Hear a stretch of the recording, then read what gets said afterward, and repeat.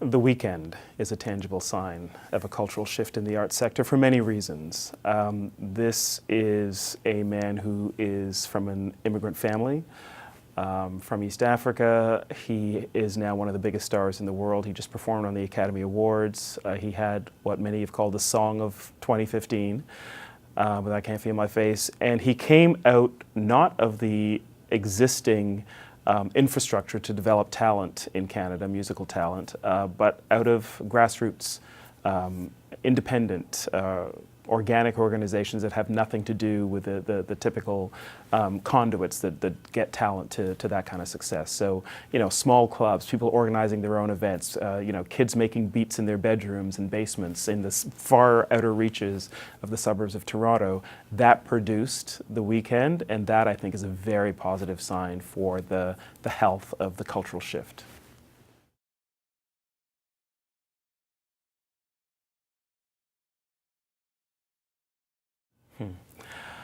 We're moving now more than ever. I don't know if this is actually the greatest migration ever, but given the numbers and the planet's population now, it almost has to be.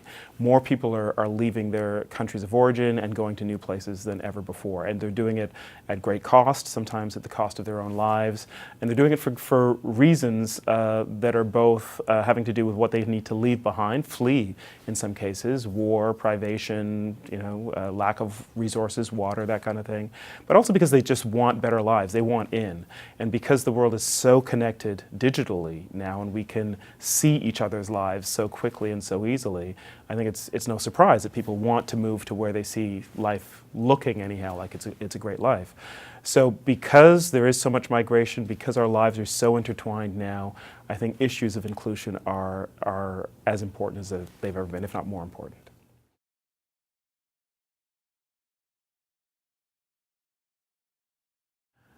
You know, the first thing I guess I want people to know is that I'm a Torontonian. I have been asked, about to step onto a plane at Heathrow Airport in London, a kind of a Canadian quiz to make sure that I was actually Canadian. You know, do I know the name of the longest street in Canada? What is a loonie?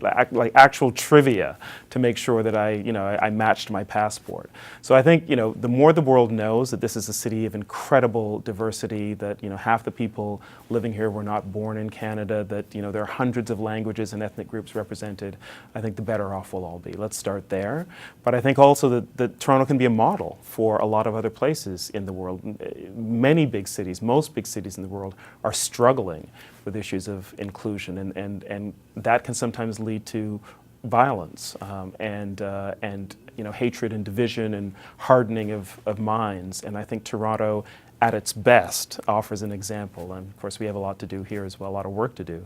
But I think at our best, we actually can show the world how to live together.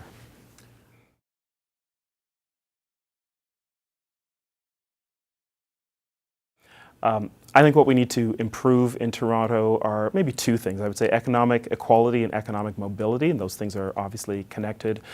We know from looking at economic maps of the city that wealth is concentrated in certain areas, mostly downtown and along the Yonge Street corridor, and then poverty is concentrated in the outer suburbs, both east and west of the city. That doesn't have to be that way, and that certainly I think needs to change. I think if those things become hardened, the sense of, you know, borders, almost you know, postal code borders around wealth and opportunity, then that becomes a huge, huge problem for Toronto.